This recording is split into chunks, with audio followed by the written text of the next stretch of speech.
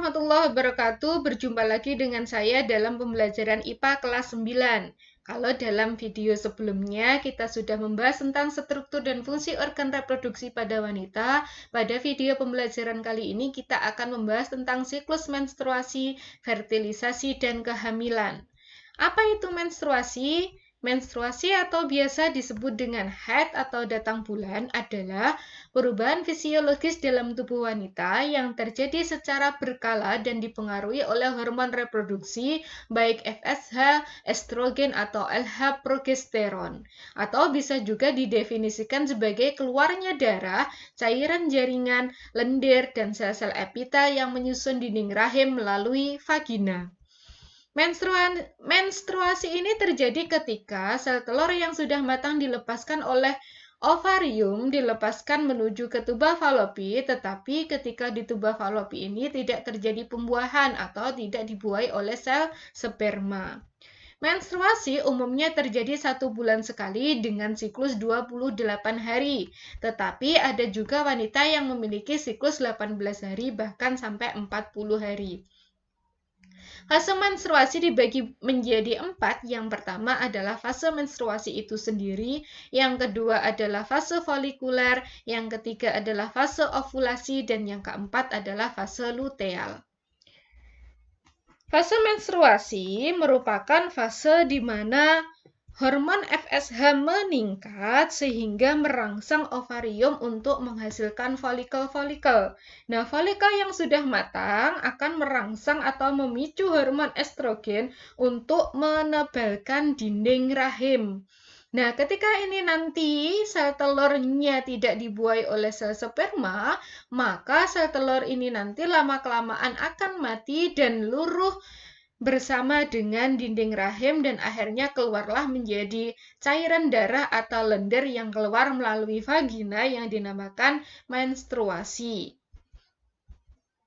Biasanya seorang wanita yang mengalami menstruasi mengalami gejala seperti kram perut, kemudian pusing, kemudian gejala psikologi lainnya seperti emosi yang tidak stabil. Gejala-gejala ini biasanya terjadi selama kurang lebih 3-7 hari. Yang kedua adalah fase folikuler. Fase folikuler ini adalah fase di mana hormon FSH meningkat, kemudian merangsang ovarium untuk membentuk folikel-folikel. Nah, folikel yang sudah matang ini akan memicu hormon estrogen untuk menebalkan dinding rahim. Nah, sehingga ketika dinding rahimnya ini sudah menebal, maka akan tercipta lingkungan yang baik bagi embrio untuk tumbuh. Nah, fase ini biasanya terjadi pada hari ke-10 dari 28 hari siklus menstruasi. Yang ketiga adalah fase ovulasi. Fase ovulasi ini terjadi ketika sel telur yang berada di dalam ovarium sudah matang dan siap dibuahi oleh sel sperma. Nah, sel telur yang siap dibuahi ini akan bergerak menuju tuba falopi. Nah, ketika nanti di tuba falopi ini tidak terjadi pembuahan atau tidak dibuahi oleh sel sperma, maka sel telur ini akan bergerak menuju dinding rahim. Ingat, sel telur hanya memiliki masa bertahan atau mampu bertahan sekitar 24 jam. Nah, ketika nanti selama waktu itu tidak dibuahi oleh sel sperma, maka sel telur ini lama-kelamaan akan mati dan luruh bersama dinding rahim. Maka keluarlah darah haid tadi. Nah, fase ovulasi ini merupakan masa subur bagi wanita dan umumnya terjadi sekitar 2 minggu sebelum siklus menstruasi berikutnya.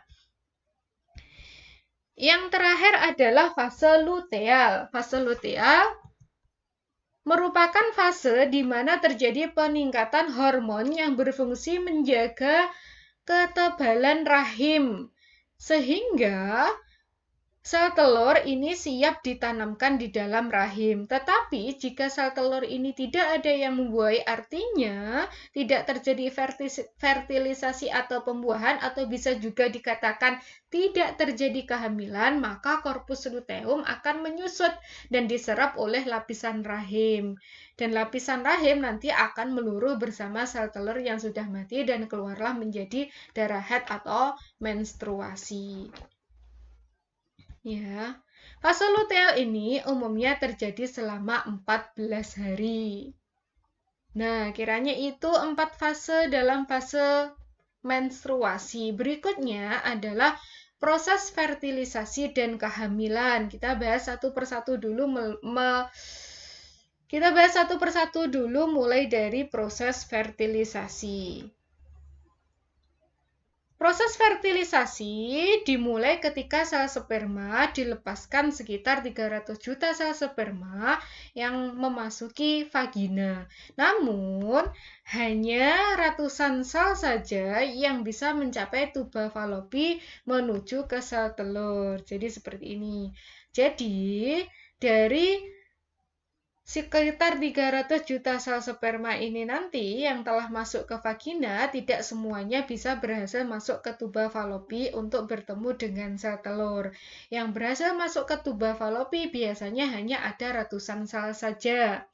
Dari ratusan sel sperma ini nanti yang akan masuk membuahi sperma biasanya hanya ada satu saja sel sperma. Jadi ratusan sperma ini akan berjuang untuk mendapatkan satu sel telur. Dan terjadi yang namanya pembuahan atau fertilisasi. Jadi ini ya, hanya ada satu sel sperma yang berhasil bertemu dengan sel telur sehingga terjadi fertilisasi atau pembuahan. Meskipun jarang terjadi, tetapi ada yang biasanya dua sel telur yang matang secara bersamaan dan dibuai oleh dua sperma sekaligus. Biasanya ini menyebabkan yang namanya kehamilan kembar non-identik.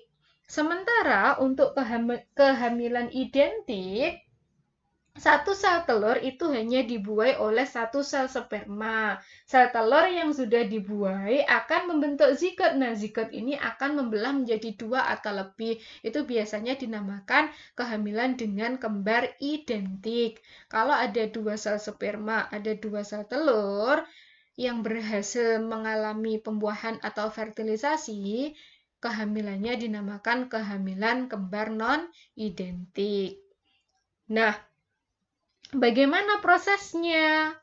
Proses fertilisasi itu. Nah, sel sperma yang bergerak menuju sel telur ini menggunakan yang namanya flagella yang berputar seperti baling-baling untuk menggerakkan tubuh dalam cairan yang ada pada tuba falopi kemudian menuju sel telur. Ini ya, jadi flagellanya digerak-gerakkan sehingga berjalan menuju tuba falopi menuju sel telur ini. Nah, ketika nanti ada sel sperma yang berhasil membuai sel telur ini, maka akan terbentuk yang namanya zigot atau embrio yang akan menuju atau ditanam di dalam rahim, yaitu tepatnya berada di lapisan rahim bagian dalam, yaitu di dalam endometrium. Nah, pada kondisi inilah dinamakan seseorang mengalami yang namanya kehamilan.